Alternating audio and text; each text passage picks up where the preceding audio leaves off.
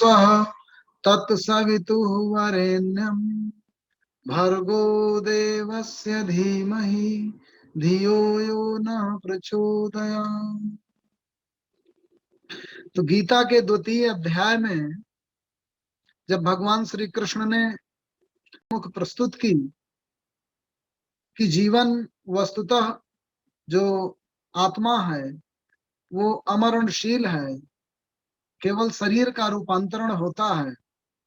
आत्मा के विविध गुणों का, गुणधर्मों का विशद विवेचन जब अर्जुन को सुनने में मिला, तो भी भगवान श्री कृष्ण को ऐसा लगा कि जैसे अभी चीजों को और स्पष्ट करने की आवश्यकता है। शुरू में गीता के दूसरे अध्याय में आत्मा की अमरता का, अजरता का विशद वर्णन होने के उपरांत श्री कृष्ण ने बुद्धि योग के माध्यम से अर्जुन को स्पष्ट करने की कोशिश की कि वस्तुतः मन स्थिति ही सभी समस्याओं का कारण है, दृष्टि से ही सृष्टि है। इसलिए अगर मानस निर्मल है और निर्मल मानस से व्यक्ति कर्म संलग्न होता है तो कर्मानुबंध उसे नहीं बांधते। इसलिए गीता के 37वें अध्याय से उन्होंने कहा, ऐसा ते अभीते सांख्य बुद्धि योगे तुमाम श्रृणु बुद्धिया युक्तो यया पार्थ कर्म बंधम प्रहास्य। अगर बुद्धि युक्त होकर तुम कर्म में संलग्न होगे तो कर्मानुबंध तुम्हें बांधेंगे नहीं। मानसिक सम्मयी स्थिति का वर्णन सुख दुखे समय कृत्वा लाभालाभौ जया जयो ततो युद्धा युज्यस्य नयम पापम अवापश्यसि, ये कहने के उपरांत कि सुख दुख, जय पराजय, लाभ हानि, इस सबसे बिना प्रभावित हुए ऐसी सममयी अवस्था, ऐसी चेतना अवस्था में स्थापित होकर के तुम कर्म संलग्न हो तो तुम्हें कर्म के बंधन बांधेंगे नहीं। लेकिन ऐसी सम्मयी अवस्था आती कैसे है? वो बुद्धि योग के द्वारा आती है। इसीलिए उन्होंने कहा कि ऐसी सम्मयी अवस्था में पहुंचने के लिए कहना आसान है कि सुख दुखे समय कृत्वा, सुख और दुख को सम कर दो, लाभ और अलाभ, जय और पराजय, इस सबसे बिना विचलित हुए कर्म संलग्न हो। सुख दुखे समय कृत्वा लाभालाभ हो जया जयो ततो युद्धा युज्यसु, उसके उपरांत युद्ध में संलग्न हो। तो सुख और दुख को सम किया कैसे जाए? कहना आसान है। लाभ और हानि से निष्प्रभावित कैसे रहा जाए? जय और पराजय की विविध स्थितियां मानसिक विचलन न उत्पन्न करें। जब व्यक्ति इतने उपबंध करता है, इतने प्रयत्न करता है, इतनी चेष्टाएं करता है, उसके उपरांत जब कर्म में संलग्न होता है और निश्चित रूप से मन में एक ऐसा भाव रखता है कि जिस कर्म में वो संलग्न होने जा रहा है उसके समुचित परिणाम उसे प्राप्त हो, ऐसी शुरू में उसकी भावना रहती है कि मैं जो प्रयत्न कर रहा हूं उसका अंतिम चरणबद्ध परिणाम ये आने वाला है। इस धारणा के तहत, इस इस पूरे प्रक्रिया के तहत, इस पूरे प्लानिंग के तहत, इस योजना के तहत व्यक्ति कर्म संलग्न होता है। उसके मन में कुछ प्राप्तियां हो की आशा होती है कि ये चीज मुझे प्राप्त करनी है। वो मन में भाव रखकर वो संलग्न होता है। तो उनसे निष्प्रभावित कैसे रहे?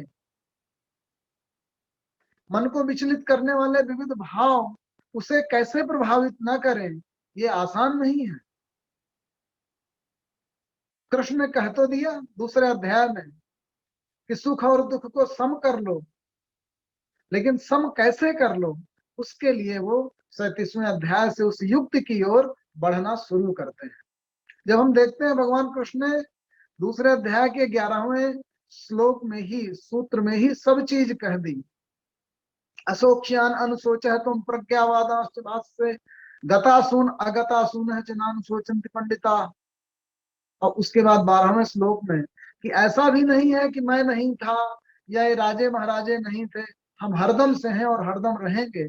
यही जो आत्मा की अमरता है उसको वो बार दूसरे अध्याय के 30वें सूत्र तक लगातार उसी को व्याख्यायित करते हैं, विस्तार पूर्वक बताते हैं कि कैसे आत्मा अजर और अमर है।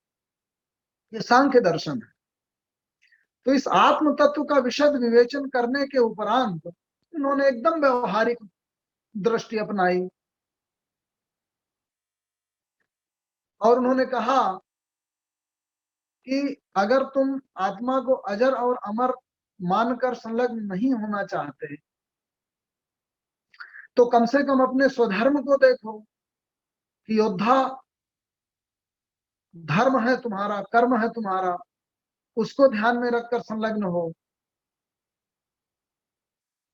लेकिन उसके उपरांत भी बात बनती नहीं समझ में आई तो उन्होंने बुद्धि योग को व्याख्या पूर्वक विस्तार पूर्वक पूरे दूसरे अध्याय में 38वें श्लोक से लेकर और 72वें श्लोक तक सब चीजें विस्तार से बताई कि मानस को निर्मल करने की क्या प्रक्रिया है, उसे कैसे सम्मय अवस्था में रखा जाए, कैसे जय पराजय लाभ हानि से बिना अप्रभावित हुए कर्म संलग्न बने रहा जाए, ऐसा उन्होंने पूरी चीज को व्याख्यायित करते हुए बताया।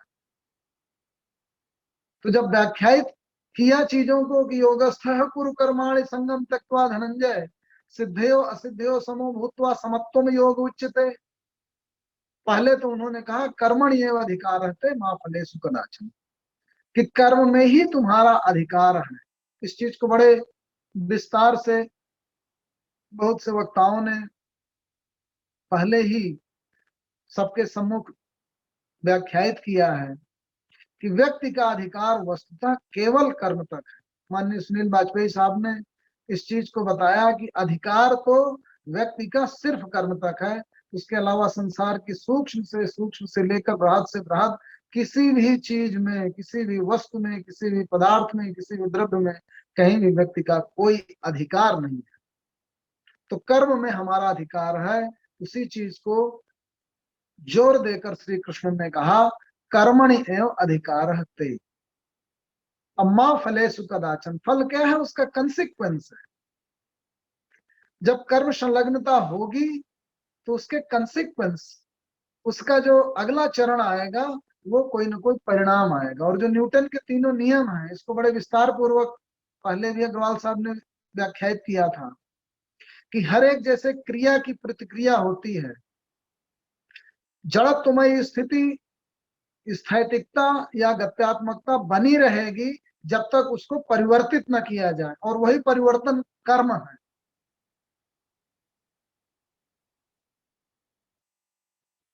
और जब कोई फोर्स लगाया जाएगा तो उसमें गति आएगी। तो ये जो तीनों नियम हैं भौतिकी के, वो कर्मों में इसी रूप में लागू होते हैं। तो इसीलिए हमारे शास्त्रों में क्रिया की अवधारणा है। संसार में विविध क्रियाएं होती रहती हैं, फंक्शंस होते रहते हैं, प्रोसेसेस होती रहती हैं। शरीर के अंदर पाचन की प्रक्रिया चल रही है, सृष्टि में जनन प्रजनन की, मृत्यु की, विनिर्माण की, पालन पोषण की क्रिया चल रही है। तो सृष्टि में, ब्रह्मांड में तरह तरह की क्रियाएं चल रही हैं। उनको और अधिक वैज्ञानिक दृष्टि से व्याख्यायित करने के लिए उन्हें संक्रिया भी कहा जाता है। तो फंक्शंस और प्रोसेसेस, क्रियाएं और संक्रियाएं, ये सृष्टि में घटित हो रही हैं। लेकिन जब उसमें कॉन्शसली व्यक्ति एंगेज होता है तो वो कर्म बन जाता है। इसको एस.सी. सिंह साहब ने डिटेल में व्याख्यायित किया था। तो क्रियाएं कर्म तब बनती हैं जब उसमें लोग कॉन्शस इन्वॉल्वमेंट, सचेत संलग्नता सुनिश्चित करते हैं, तो वही क्रिया कर्ममयता होती है। अब कार्य ऐसे कर्म हैं जो जरूर किए जाने चाहिए, और उसी कार्य को और अधिक अगर संस्कृत भाषा की समृद्धता के साथ कहा जाए तो कर्तव्य आता है, ड्यूटी जो बन जाती है। तो क्रियाएं हैं सृष्टि में, कर्म है चेतनशील व्यक्ति की क्रिया में संलग्नता, कार्य है जो किए जाने योग्य एक्ट्स हैं, डीड्स हैं, कर्म है, और कर्तव्य है जिसे निश्चित रूप से व्यक्ति को करना ही चाहिए। व्यक्ति अच्छे कर्म भी करता है सुकृत, और खराब कर्मों में भी संलग्न होता है दुष्कृत। संस्कृत में एक शब्द समारंभ या आरंभ भी आता है। जब क्रिया का आरंभ किया जाए, उसमें संलग्नता हो, जब फोर्स लगाया जाए तो आरंभ होगा, और जब उसे समुचित ढंग से किया जाए तो समारंभ होगा। तो हमारी भाषा की ये समृद्धता है कि उसमें हर एक छोटी से छोटी चीज के लिए, शुरुआत के लिए, परिणाम के लिए कोई शब्द होगा, आरंभ के लिए कोई शब्द होगा। तो हमारा जो वर्क है, जो डीड है, जो एक्ट है इंग्लिश में, वही हिंदी में प्रोसेस या फंक्शंस क्रियाएं, फिर एक्ट्स या डीड्स कर्म, एक्शंस कृत्य जो किया जाता है कृत्य, फिर कर्तव्य ड्यूटी, समारंभ एंगेजमेंट जब आपका होगा और कोई चीज का आरंभ होगा, उस क्रिया की आरंभता होगी, कार्य का आरंभ होगा। ये सारे शब्द और ये सारे कंसेप्ट्स आते हैं ताकि एक कहा गया अनुबंध, यदग्रे च अनुबंधे च, जो कंसिक्वेंस होता है कर्म के द्वारा, जो बंधन क्रिएट होंगे वो कर्मानुबंध होंगे। और आरंभ से लेके अंत तक आरंभ और अनुबंध, अग्रता और अनुबंधता, यदग्रे च अनुबंधे च। तो हमें, अगर हम पूरे कार्य की प्रक्रिया को अच्छे ढंग से समझें तो हमें देखना चाहिए कि शुरुआत से लेकर के परिणाम आने तक बहुत से तत्व उस कर्म के अंग बनते हैं। जब व्यक्ति में कर्म संलग्नता होती है तो उसमें बहुत से तत्व, अधिष्ठानम तथा कर्ता करणम च पृथक विधम विविधाश्च पृथक चेष्टा दैवम चैवात्र पंचमम। 18वें अध्याय में श्री कृष्ण ने बताया कि देखिए, परिणाम आने के पीछे कितने तत्व जिम्मेदार होते हैं।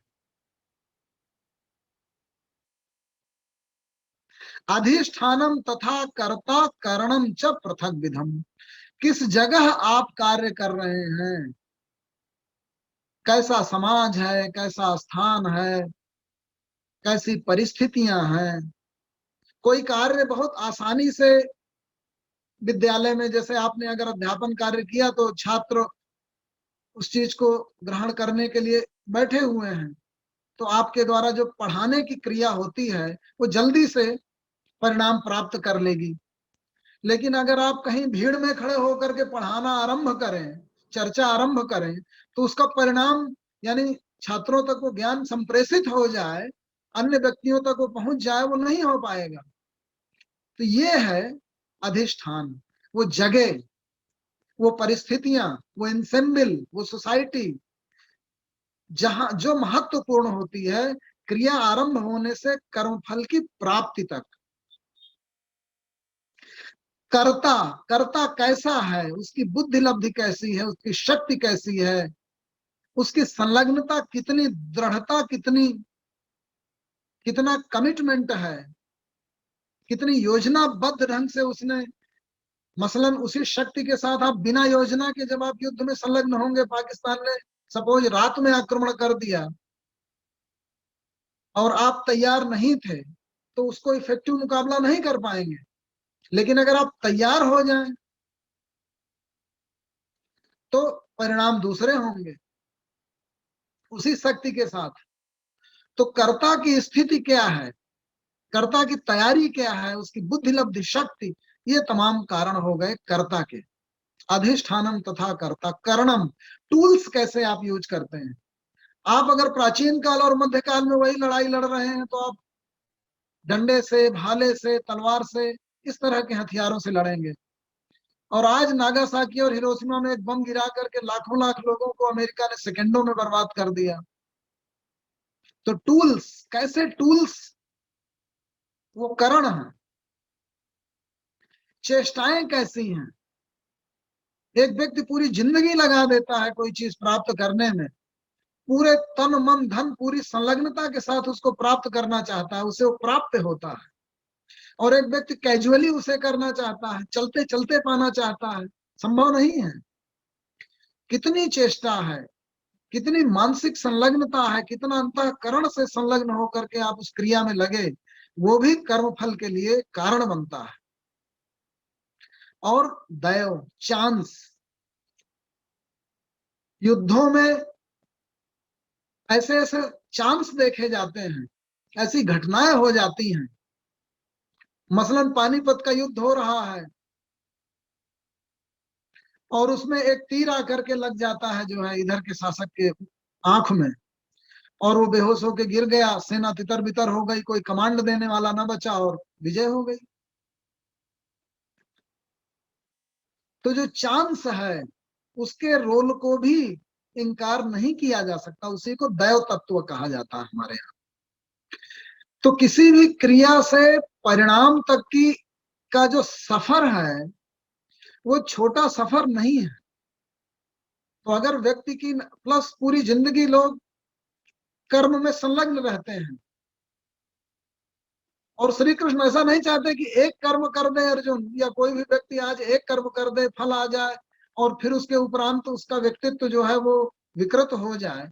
तो व्यक्तित्व का निर्माण करना है, चरित्र का निर्माण करना है, व्यक्ति का मानसिक धरातल इस तरीके का बनाना है कि ताजीवन वो अपने हर एक प्रोजेक्ट में, हर एक क्रिया में सफलता प्राप्त करता रहे, या सफलता और असफलता से बिना प्रभावित हुए कर्म संलग्न बना रहे, ऐसी कोशिश है श्री श्री कृष्ण की। आजकल जो है पश्चिमी देशों में पैशन शब्द का बड़ा महत्व है।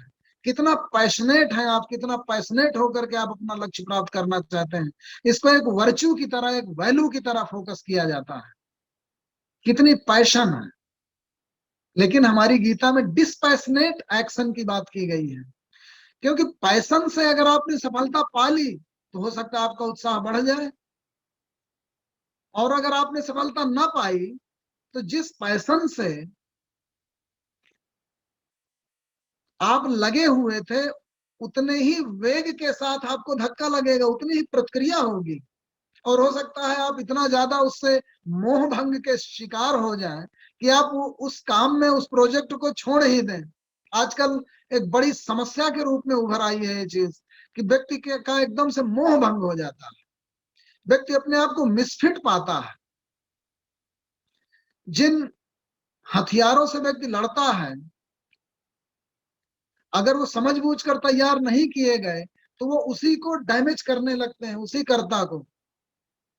क्योंकि जब तक आप आगे बढ़ते जाएंगे उस हथियार से तब तक कोई बात नहीं, अचानक जब आपको धक्का लगेगा, आपको सफलता नहीं मिली, तो हो सकता है आप कर्म करना ही छोड़ दें, वो प्रोजेक्ट ही छोड़ दें। इसलिए जो पैशन है, जो राग है, जो आसक्ति है, वो ताजिंदगी आपको इंस्पायर नहीं कर सकती। वैसे स्थिर वैल्यूज जो आपके ड्यूटी से जो निकल कर आ रहे होंगे, आप उदात्त मूल्यों से जब प्रेरित होकर कर्म संलग्न होंगे तो वो कर्म संलग्नता ताजीवन बनी रहेगी। उसमें छोटी मोटे जो अड़चने हैं, सफलताएं असफलताएं हैं, उनके प्रभाव नहीं पड़ेंगे। इसीलिए हमारे यहाँ देखिए कैसे प्रभावित करती हैं चीजें।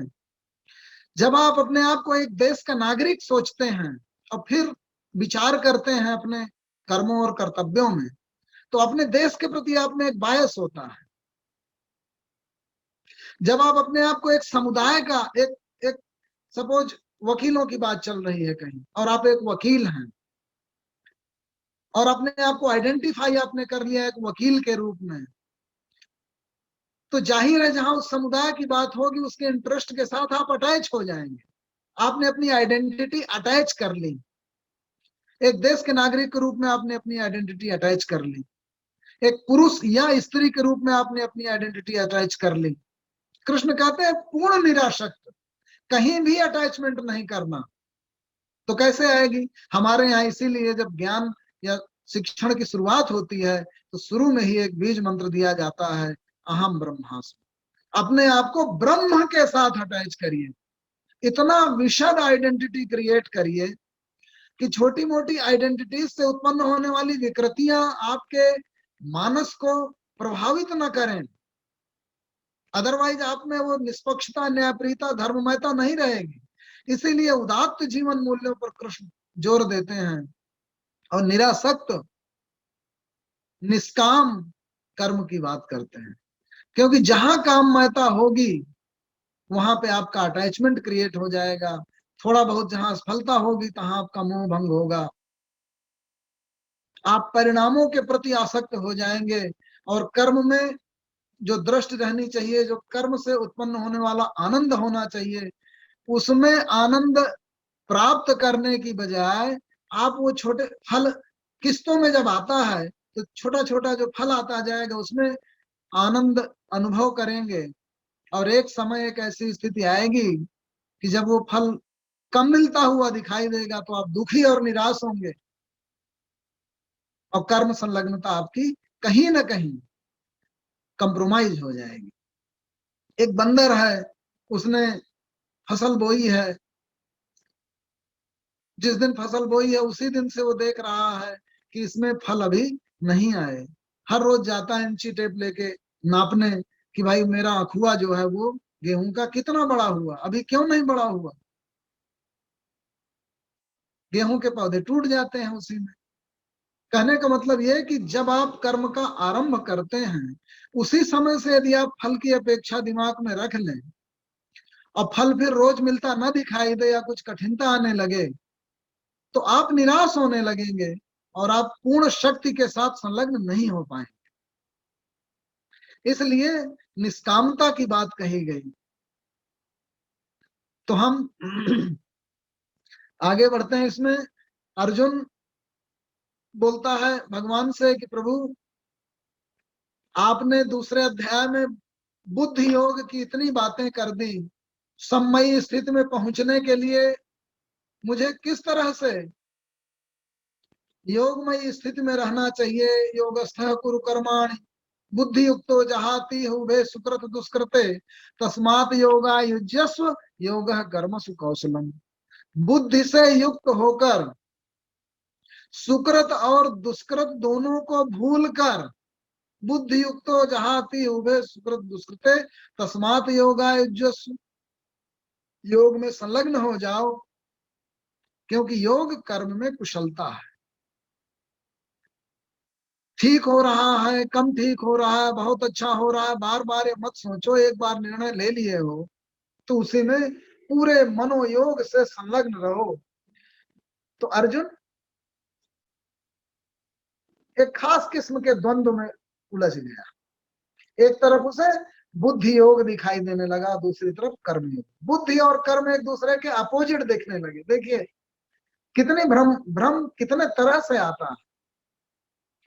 बुद्धि एक मानसिक अवस्था है, बुद्धि योग की अवस्था।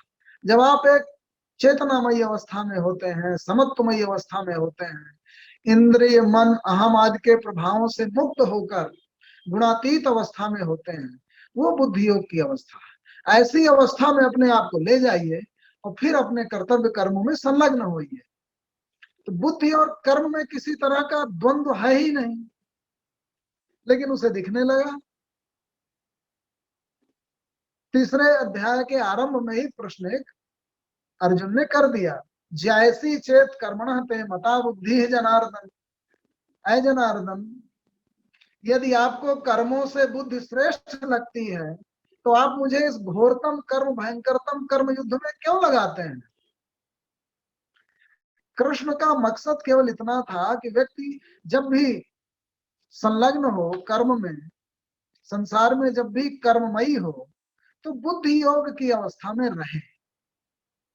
क्योंकि जब व्यक्ति बुद्धि योग की अवस्था में रहकर कर्म करता है तो वही निष्काम कर्म रहता है। कामना से रहित तो होना ही बुद्धि योग की अवस्था है, वही निष्कामता है।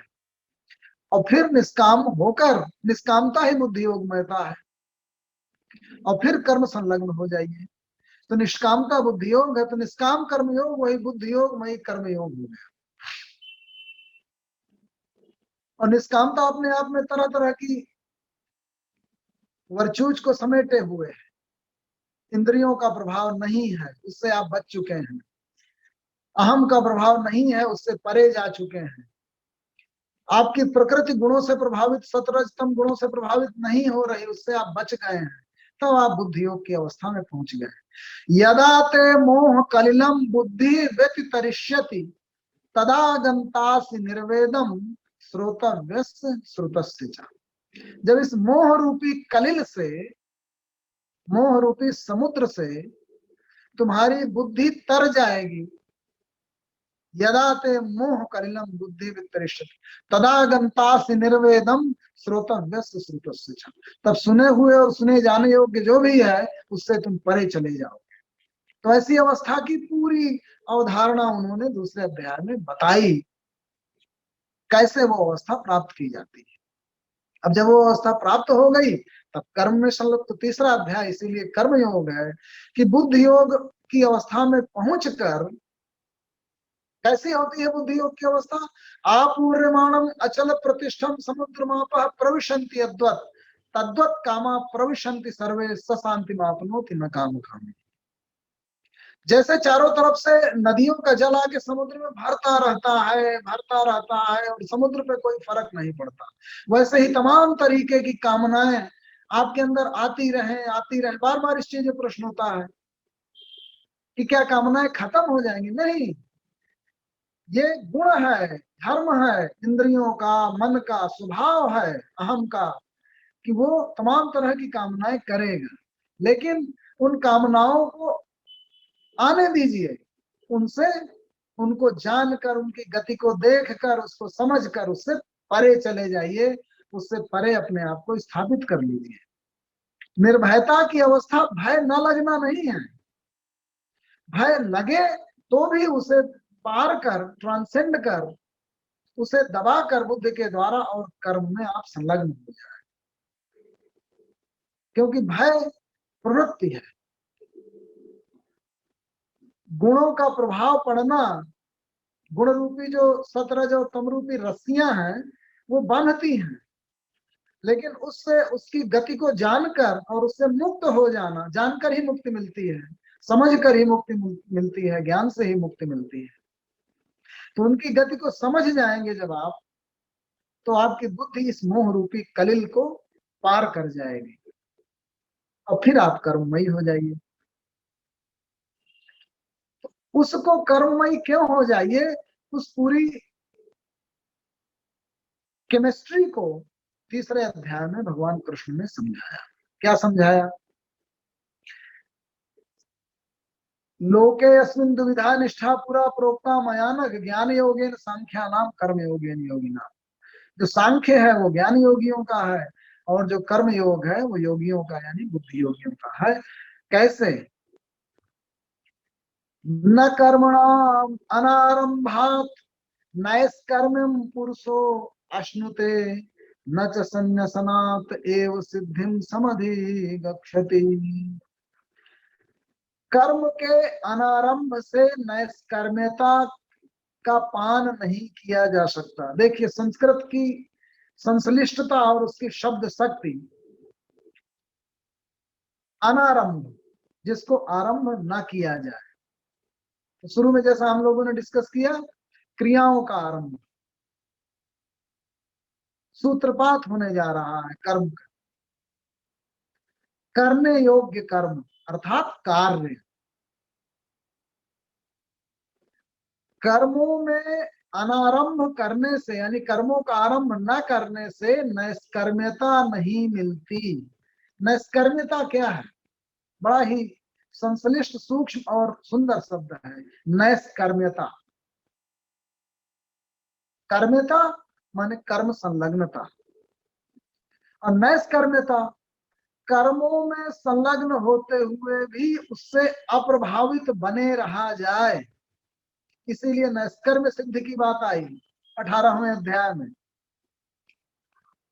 जगत में बिना क्रिया के आप नहीं रह सकते। आपका शरीर हजारों तरीके की क्रियाओं में और कर्मों में संलग्न है, प्राकृतिक रूप से संलग्न है, लेकिन उस संलग्नता से जो कर्मानुबंध बन सकते हैं, क्रिएट हो सकते हैं, जो कंसिक्वेंसेस, जो परिणाम आ सकते हैं, अनुबंध आ सकते हैं, उनसे, उनको समझकर उनसे बचे रहा जाए, ऐसी सिद्धि नैष्कर्म्य सिद्धि कहलाती है। ऐसी अवस्था नैष्कर्म्य अवस्था कहलाती है।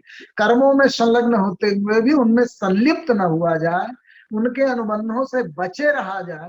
उसकी केमिस्ट्री को जब आप जानेंगे तो बचे रहेंगे। ऐसे बांधते हैं कर्म।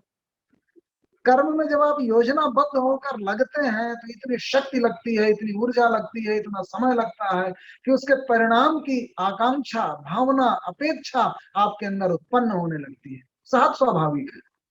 लेकिन जब जब ऐसी आकांक्षा, ऐसी कामना, ऐसी भावना उत्पन्न हो तो उसे तैर कर, उसे ट्रांसेंड कर, उसे पार कर जब आप फिर से बुद्धि योग की अवस्था में पहुंच जाए और बने रहे, उन कामनाओं की गति को समझ लें,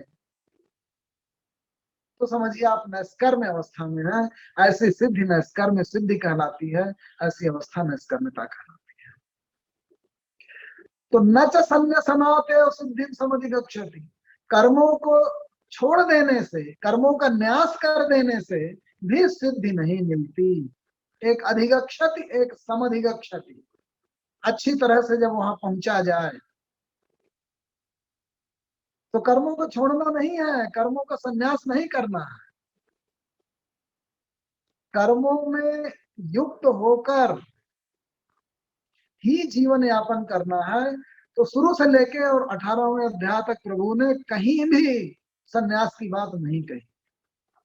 और अद्भुत बात यह है कि हमारे यहाँ के जितने भी सन्यासी हुए वो पूरी तरीके से ताजीवन कर्म में संलग्न हुए।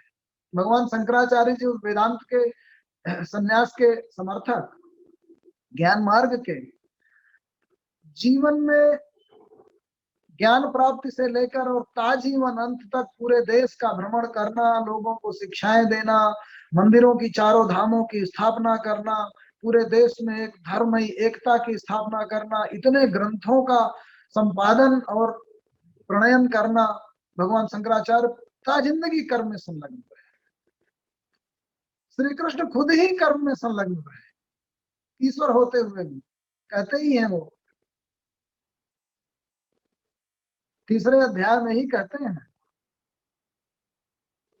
कि मेरे लिए ऐसा नहीं है कि कोई कर्म करने की आवश्यकता हो तो भी मैं कर्म संलग्न होता हूं। यद यदाचरति श्रेष्ठ तत्तत् एव इतरो जनः सयत् प्रमाणम कुरुते लोकः तद अनुवर्तते न मे पार्थास्ति कर्तव्यम त्रिश्लोकेषु किंचन न आप्तव्यम वर्तेव च कर्म। कोई भी ऐसी चीज नहीं है सृष्टि में जो मेरे लिए अप्राप्य हो, लेकिन फिर भी मैं कर्म में संलग्न होता हूँ। क्यों? क्योंकि मम वर्तम अनुवर्तन्ते, मेरे द्वारा जो बनाया गया रास्ता है, मेरे द्वारा जो वर्त्य है, जो मैं वर्तता हूँ, उसका पूरी सृष्टि अनुकरण करती है। और पहले ही कह दिया यदि आचरित श्रेष्ठ, श्रेष्ठ जैसे आचरण करते हैं लोक उनका अनुसरण करता है। तो लोक संग्रह के लिए, अदरवाइज सृष्टि ही विश्रृंखलित हो जाएगी। उत्सी देयु में लोकान कुर्याम कर्म चेदहम, अगर मैं कर्म संलग्न न हूं तो ये लोक और ये सृष्टि ही उत्सादित हो जाए, समाप्त हो जाए। और जब संसार की चेतना आ गई हो, मनुष्य प्रजाति में सृष्टि का ज्ञान आ गया हो, उसके बावजूद अगर वो कर्म संलग्न नहीं होगा तो एक तरीके का अपराध होगा। क्यों? क्योंकि तुम्हारे द्वारा किए गए, श्रेष्ठ व्यक्ति के द्वारा किए गए आचरणों को लोक उसकी कॉपी करता है, उसका अनुसरण करता है। नहीं कश्चित क्षणम अपि जातु तिष्ठति अकर्म कृत कार्यते ही अवश्य कर्म सर्व प्रकृति जय। प्रकृति से उत्पन्न होने वाले विविध गुण उनके बस में हो करके व्यक्ति कर्म में संलग्न होता है। शरीर है तो भूख लगेगी, भोजन चाहिए। शरीर के अंदर हजारों लाखों प्रक्रियाएं चल रही हैं, उनको ऊर्जा चाहिए, तो उसके लिए कुछ भोजन करना पड़ेगा। शरीर को बनाए रखने के लिए, अस्तित्व को बचाए रखने के लिए आदमी को कर्म संलग्न होना ही पड़ेगा। इसलिए अगर तुम ये सोचते हो अर्जुन, या कोई भी व्यक्ति ये सोचे कि वो कर्मों से छुटकारा पा जाए, ऐसा संभव नहीं है। तो कर्म के अनुबंधों से छुटकारा कैसे पाया जाए, उसके बंधनों से कैसे बचा जाए, उसका सिर्फ एकमात्र उपाय है, और वो ज्ञान है, जानकारी है। उस पूरी कर्म की केमिस्ट्री को समझना है, और ऐसे कर्मों में संलग्न होना है जो स्वतः का, स्वयं का और सृष्टि का कल्याण करें। उन्हीं को यज्ञ कर्म कहा गया। ये कुल मिला के गीता का बेसिक संप्रेषण है। भगवान ने कहा कर्मेंद्रियाणि संयम में आस्ते मनसा स्मरन। अपनी इंद्रियों को जबरदस्ती दबाकर जो व्यक्ति मन में उनका निरंतर स्मरण करता रहता है, वो क्या है? मूढ़ है, वो मिथ्याचारी है। ऐसा संभव नहीं है। जब जबरदस्ती प्राकृतिक संक्रियाओं को, प्रक्रियाओं को और मौलिक गुणों को व्यक्ति दबाता है, इसलिए हमारे यहाँ निग्रह की परिकल्पना की गई। दमन नहीं करना, निग्रह करना। मन को यदि आप सात्विक सकारात्मक चीजों की ओर ओरिएंट कर लेंगे, लगा लेंगे, तो निश्चित रूप से समय ही कम बचेगा गलत चीजों में संलग्न होने के लिए। तो मन को निरंतर सात्विक प्रक्रियाओं में संलग्न रखना, यह भी एक बहुत बड़ा प्लान है, जीवनचर्या है, लाइफ स्टाइल है, जिसे जानना चाहिए। खाली दिमाग शैतान का घर, जो बात कही जाती है, क्योंकि व्यक्ति अपने से ही लड़ने लगता है, व्यक्ति अपने से ही हारने लगता है।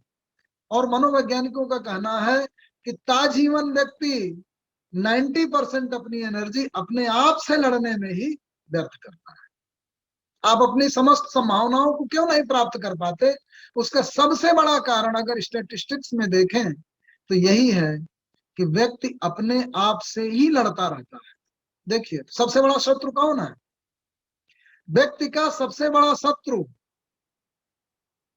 बंधु आत्मन आत्मना तस्य येन आत्मना जिता अनात्मनः तु शत्रुत्वे वर्तेतात्म शत्रुवत् औद्धरेत आत्मन आत्मानम नहीं आत्मानम अवसादेत। भगवान ने कहा बंधु आत्मन आत्मनः तस्य, तुम अपने बंधु तभी होगे ये नैव आत्मना जिता, जब तुम अपने आप को अपने से विजित कर लोगे। और अगर अनात्मन रह गए, अपने आप को विजित नहीं कर पाए, तो सबसे बड़े शत्रु हो गए। और देखिए, आज भी ये सत्य है। कहते हैं संसार में समस्याओं का कारक व्यक्ति खुद है। आज पूरे विश्व के अंदर जो इतना डिस्ट्रक्शन हो रहा है, जो इतने हथियार बनाए जा रहे हैं, जो इतना हम लोग जो है विनाश के मुहाने पर जाकर बैठ गए हैं, उसका कारण इसी मनुष्य का ऊर्जास्वी दिमाग है। हम ही ने अपने संहार के लिए इतने सारे ऑपरेटर्स, इतने उपकरण, इतने युद्धक हथियार ये सब बना रखे हैं। भारत और पाकिस्तान कौन है? हिंदू मुस्लिम कौन है? हम ही आपस में लड़ते हैं। ये तो हो गया समाज के लेवल पे। और अगर आप अपना अंतर मंथन करें, अपने आप को बैठ करके सोचें और देखें, तो पाएंगे कि अपनी पूरी जिंदगी आप अपने आप से ही सर्वाधिक लड़े।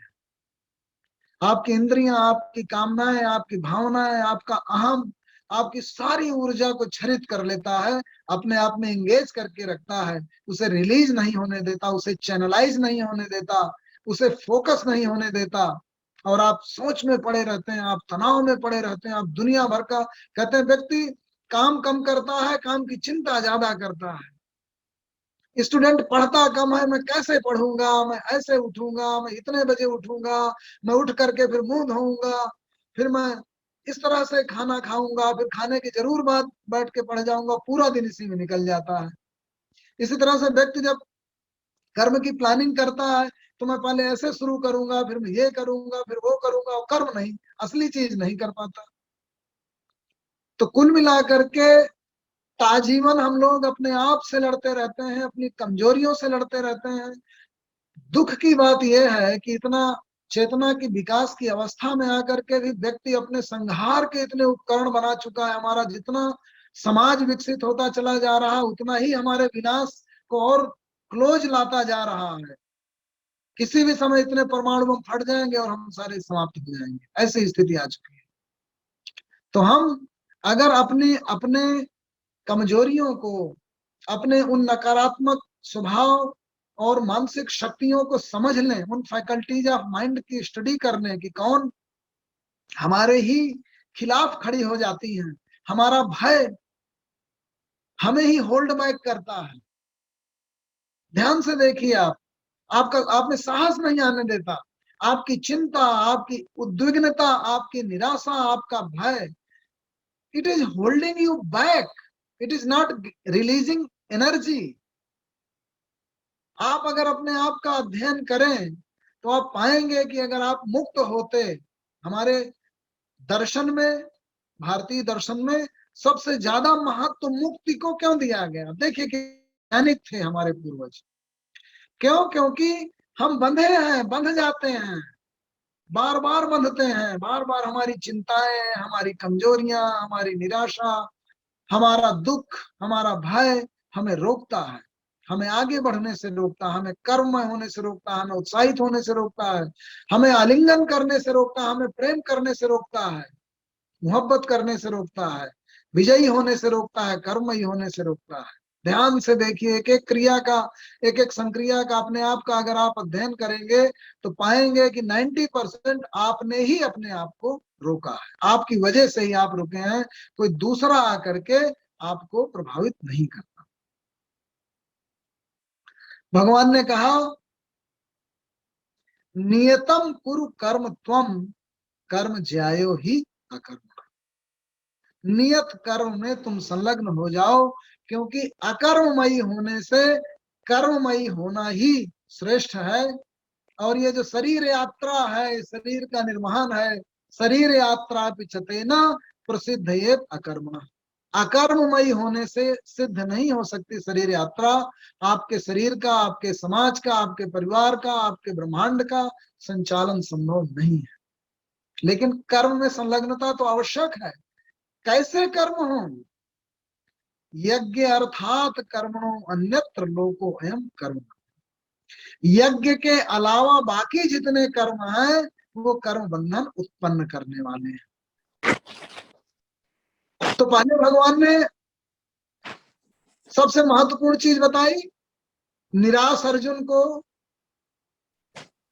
चेतनता की निरंतरता, आत्मा की सर्वमयता, अमरता पर फोकस डाला।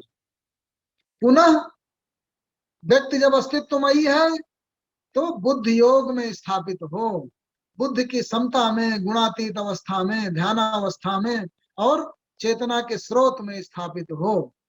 कैसे? जैसे समुद्र रहता है, विभिन्न कामनाएं नदियों के रूप में उनका जल आ करके भरे, लेकिन वो निष्प्रभावित बना रहे। फिर कर्ममयी हो, क्योंकि बिना कर्म के व्यक्ति का स्वतः का और संसार का, समाज का कल्याण संचालन संभव नहीं है। तो कैसे कर्मों में संलग्नता हो? नियत कर्म हो, यज्ञमयी कर्म। तो यज्ञ को परिभाषित करना जरूरी हो गया। यज्ञ क्या है भाई? तो गीता में बृहद विश्लेषण यज्ञ का। वैदिक काल में यज्ञ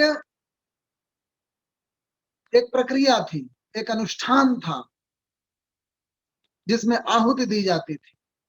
लेकिन यज्ञ को एक मेटाफर के रूप में, एक प्रतीक के रूप में गीता में यूज किया गया और तरह तरह तरह के यज्ञों की अवधारणा श्री कृष्ण जी ने बताई।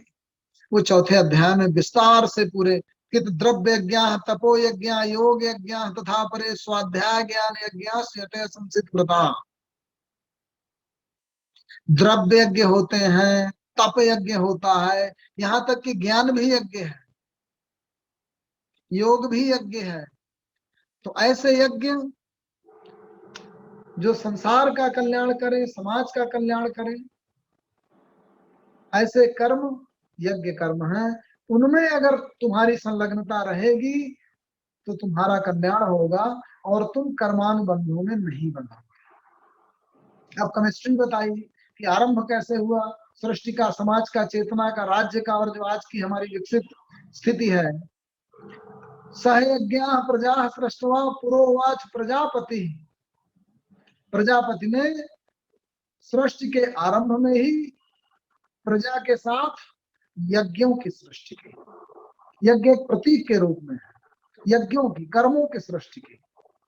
जिसने आपको रचा उसने आपके साथ कर्मों को लगा दिया, तो वो छूट नहीं सकते। जब तक अस्तित्व है तब तक कर्ममयी यज्ञमयी आपको होना है। लेकिन ध्यान ये रहे, यज्ञ ऐसे कर्म है जो पूरी प्रकृति से परिणाम दिलाते हैं। प्रकृति की जो देने वाली शक्तियां हैं उनको दैवीय शक्तियां कहा गया। वो भी एक सिंबल है, वो भी एक मेटाफर है। तो तुम देवों को प्रसन्न करो, देवों को आहुति दो, अर्थात एक्शन करो, कर्म करो, डीड्स करो, यज्ञमय कर्म करो। जब तुम संलग्न होगे तब उसका परिणाम होगा। हमारा भारतीय दर्शन इसीलिए कर्मों के परिणाम जो जस करे सो तस फल चाका, कर्म प्रधान विश्व रचि राखा। रचयिता ने किए गए कर्म का फल मिलेगा ही मिलेगा। जैसे विज्ञान में कहा गया कि हर एक एक्शन का एक परिणाम होगा। जड़ता से गत्यात्मकता या गत्यात्मकता से स्थिरता उत्पन्न होगी। तो एक अवस्था से दूसरी अवस्था में रूपांतरण के लिए कर्म की आवश्यकता है। बिना कर्म के परिणाम नहीं आएंगे। तो जो लोग दैव को ही प्रधान मानकर हाथ में हाथ धरे बैठे रहते हैं, उनको हमारे कर्म का सिद्धांत पहली चुनौती देता है। यदि आप कर्म नहीं करेंगे तो परिणाम नहीं ही आएंगे, दैव योग से नहीं मिलेगा। दैव योग का सिद्धांत क्या है? भाग्य और पुरुषार्थ में भाग्य की भूमिका क्या है? उतनी ही है जितनी 14वें अध्याय में 18वें अध्याय में कृष्ण ने 14वें श्लोक में कही। अधिष्ठानम तथा कर्ता करणम च पृथक विधम विविधाश्च पृथक चेष्टा दैवम चैवात्र पंचम। कि चांस महत्वपूर्ण है, वही भाग्य है, वही चांस है, वही दैव योग है, उतना योग है। लेकिन पुरुषार्थ करना पड़ेगा और जैसे कर्म करेंगे वैसे परिणाम आएंगे। पूरी गीता इसीलिए कर्म शास्त्र है। महानुभाव तिलक ने, बाल गंगाधर तिलक जी ने कहा कि कर्म शास्त्र है गीता पूरी। अगर इसको, इसकी पूरी डायनामिक्स को, पूरी मैकेनिज्म को, पूरी केमिस्ट्री को अच्छे ढंग से समझ लिया जाए तो व्यक्ति जीवन कर्म में संलग्न रह सकता है। अपनी ही कमजोरियों के प्रभावों से जो उसकी एनर्जी होल्ड बैक हो रही है उससे निवृत्त हो सकता है, कर्मानुबंधों से बच सकता है और अपनी परम सार्थकता, पूर्ण पुष्पत्व को प्राप्त कर सकता है, अस्तित्वमयी होकर व्यक्ति।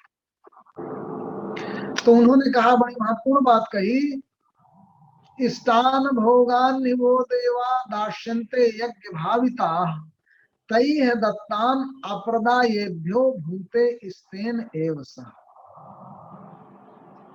जो भी तुम इष्ट करोगे, मन में जो भी तुम्हारे आती है चीज जो प्राप्त है, ऐसे भोग, ये तुम्हारे इष्ट भोग, वो देव माने प्रकृति की जो देने वाली शक्तियां हैं, वो तुम्हारे द्वारा किए जाने वाले यज्ञ कर्मों से प्रभावित होकर तुम्हें प्रदान करेंगी। तो सृष्टि में आप जो करेंगे विज्ञान के नियम के अनुसार कंसिक्वेंस के रूप में, जैसी आपकी संलग्नता होगी कर्म में इन चारों पांचों तत्वों के अनुरूप, वैसे ही उसके परिणाम आएंगे और आपके इष्ट परिणाम आएंगे। इष्ट भी मिलेगा, ऐसा नहीं कि इष्ट नहीं मिलेगा। कई बार उसके आप नजदीक तक पहुंच जाएंगे, पूरा न मिला तो पार्ट में मिलेगा, कुछ अंश में मिलेगा। लेकिन जो प्राप्ति हो, वो प्राप्ति अप्राप्ति की अपेक्षा कितनी हो, कि कितना प्राप्य हो, ये ध्यान रखिएगा। बिना कर्म संलग्न हुए अगर आपको कोई चीज प्राप्त हो जाए तो आप चोर हैं। कृष्ण ने कह दिया परिभाषा, देखिए मैं नहीं कह रहा हूं। तई है दत्तान अप्रदायेभ्यो यो भुंगते स्तेन एव सह। आपके यज्ञ कर्मों में संलग्न होने से जो परिणाम उत्पन्न होते हैं और उन परिणामों से जो आपको भोग प्राप्त होते हैं, उतना ही भोग भोगिए, और उसमें भी पूरा नहीं, उसको बांट कर। अप्रदाय तई दत्तान प्रदायेभ्यो। जब आप कर्म में संलग्न होते हैं तो आप ध्यान से देखेंगे कि उसमें कई और व्यक्ति भी संलग्न हैं, उनका भी भाग है। यज्ञ कर्मों में जो परिणाम आते हैं वो अकेला आपका नहीं है, आपका परिवार लगा है, आपकी पत्नी लगी है, आपके पार्टनर लगे हैं, आपका पुत्र लगा है, आपके सहयोगी लगे हैं, आपके ऑर्गेनाइजेशन के और लोग, उनको उचित अनुपात में उन भोगों और उन परिणामों को बिना बांटे अगर आपने ज्यादा ले लिया तो आप चोर हैं। यही है चोर की परिभाषा। जो सृष्टि के सबसे बड़े चोर रहे कन्हैया, वही चोर की परिभाषा बेहतर बता सकते हैं। चोरी क्या है? चोरी मतलब अनाधिकार प्राप्य, जब आप प्राप्त करना चाहें जो आपका अधिकार नहीं है, वही चोरी है। तो जो आपने प्रोजेक्ट्स लिए, उन प्रोजेक्ट्स को करते वक्त जो परिणाम आए, उसमें जितने आपके अनुषंगी हैं उनके साथ उचित ढंग से, समुचित ढंग से, बिना बंटवारा किए, अनुपात से ज्यादा की अगर आप इच्छा करते हैं या भोग भोगते हैं तो वो स्थायित्व नहीं प्राप्त करेगा। अब यहीं से देखिए, एक व्यक्ति है जो डिजर्व नहीं करता और हेड बनना चाहता है, मुखिया बनना चाहता है, अपने ऑर्गेनाइजेशन में नीति निर्माण में सबसे ऊपर बैठना चाहता है, तो वो स्थायी नहीं है। वो हो सकता है कि अपने आप के लोगों की कृपा से, चांस से, दैव योग से मिल जाए, लेकिन आप जब उसको डिजर्व नहीं करते तो उसको आप जल्दी ही खो देंगे। कृष्ण ने कहा पहले डिजर्व करो, करो, संलग्न हो, उसके परिणाम स्वरूप कुछ आएंगे, कुछ प्राप्तियां होंगी, उन प्राप्तियों का उचित बंटवारा करो। देखो अपने आप तुम्हारी जो शक्तियां हैं, कुशलताएं हैं, वो निखरती जाएंगी। तुम उसके लिए डिजर्व करने योग्य क्षमता करते जाओगे क्रमशः।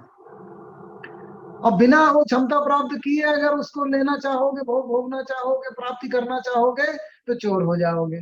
क्यों चोर? मतलब उस समय वो मिल गई किसी तरह से, अप्राप्य की प्राप्ति हो गई, लेकिन वो स्थायी नहीं हो सकती। आपके अंदर उन गुणों का निर्माण नहीं कर सकती, चरित्र का निर्माण, शक्ति का निर्माण, संज्ञान का निर्माण, उस प्रक्रियामयी कुशलता का निर्माण नहीं कर सकती।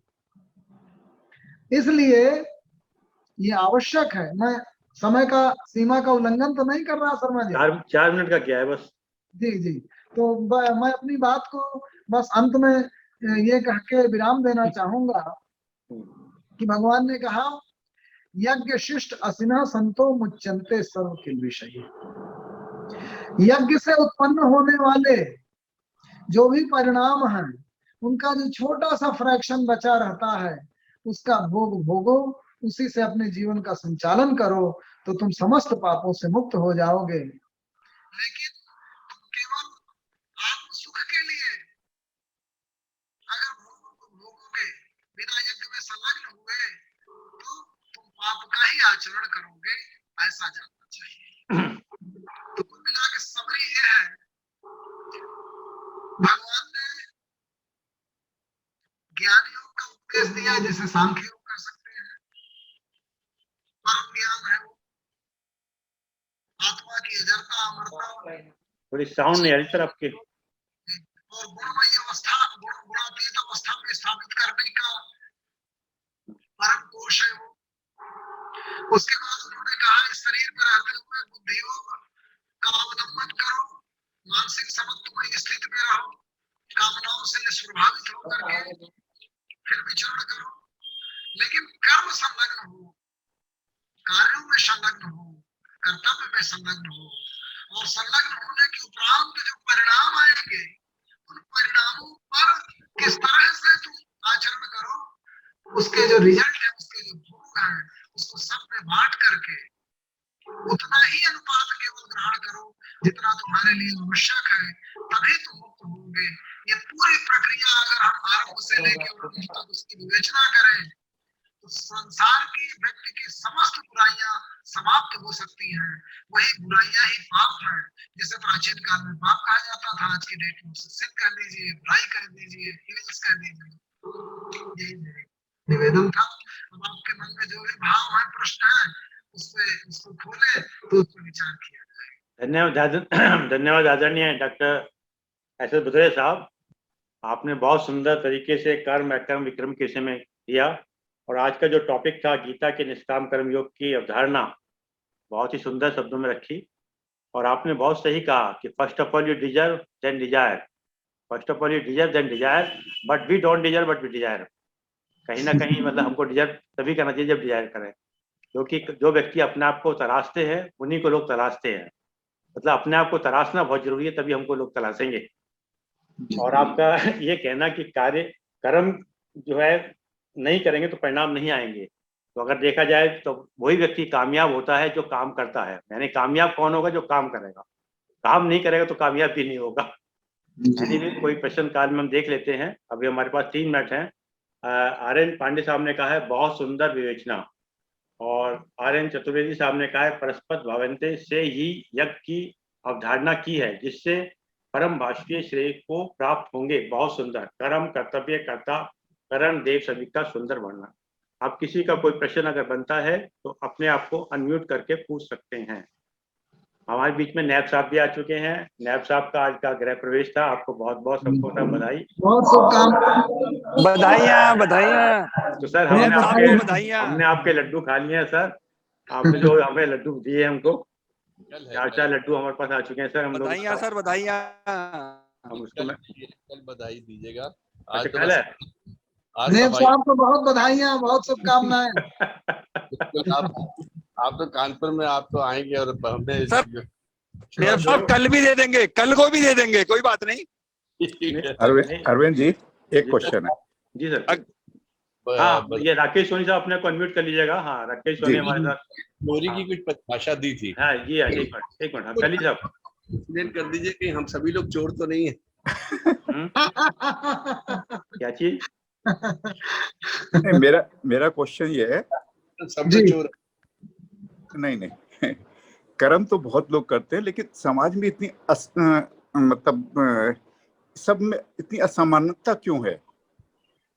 कोई कर्म एक मजदूर भी करता है, उसको मुश्किल से दिन भर काम करता है, 100 रुपए नहीं मिलते। एक व्यक्ति थोड़ा सा काम करता है, उसको 10,000 50,000 रुपए भी मिल जाते हैं 1 घंटे के। ये क्यों है? सिर्फ एक व्यक्ति एक अच्छे घर में पैदा होता है तो उसको अच्छा एडवांटेज मिलता है, गरीब के घर में होता है उसे बिल्कुल अलग है वो मिलता है। एक व्यक्ति शरीर से असमर्थ होता है तो उसको अलग होता है, एक अच्छे शरीर से पैदा होता है तो उसको एक अलग फायदा मिलता है। ऐसा क्यों है? देखिए, एक तो 2 चीजें हैं। जो समानता और असमानता की अवधारणा है वो सापेक्ष अवधारणा है जी। एक, अगर आदिवासी समाज में अगर आप रहें तो वहां की जो सुखी होने की अवधारणाएं हैं वो बिल्कुल अलग हैं, कामयाब होने की अवधारणाएं बिल्कुल अलग हैं। आज के जो हमारा भौतिकवादी समाज है, जिसने द्रव्य और कंजम्पशन को ही अपना सब कुछ साथ मान रखा है, तो यहाँ पे हमने भौतिक समृद्धता को ही श्रेष्ठता मान ली है। आप सन्यासियों के बीच में जाएं तो जो ध्यान की, ज्ञान की और बुद्धि योग की परम अवस्था में पहुंचा हुआ व्यक्ति है, उसी के सम्मुख सभी लोग नमन करते हैं। तो हमारे जो विविध मानक हैं, पैराडाइम है, मापदंड है, वो हमारी संस्कृति, हमारे समाज, हमारी वैल्यू के अनुरूप बदलते रहते हैं।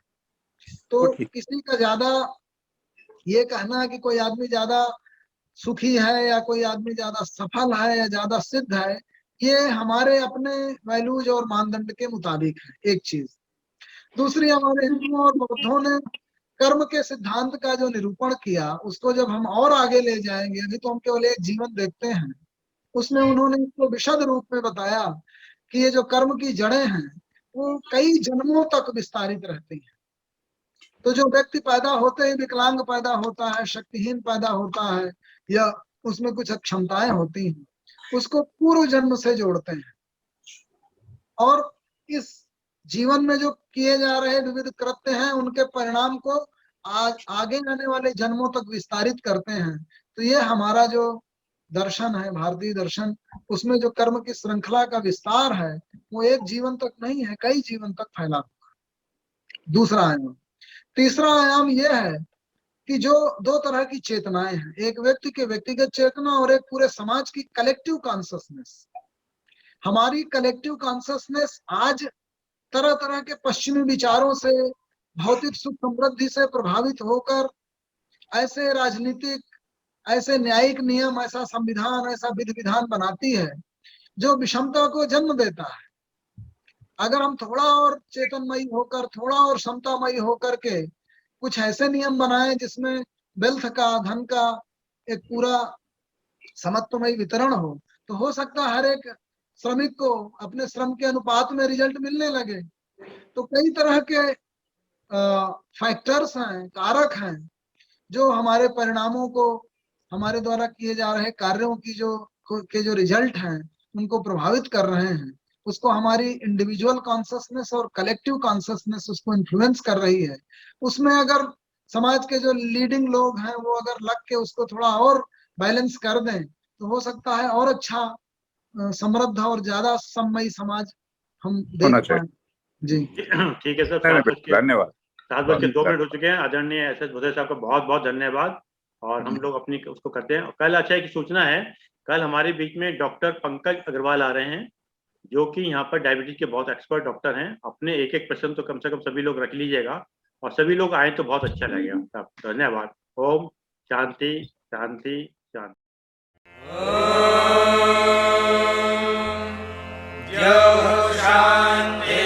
शान्तिरन्तरिक्षं शान्तिः पृथिवी शान्तिरापः शान्तिरोषधयः शान्तिः वनस्पतयः शान्तिर्विश्वे देवाः शान्तिर्ब्रह्म शान्तिः सर्वं शान्तिः शान्तिरेव शान्ति।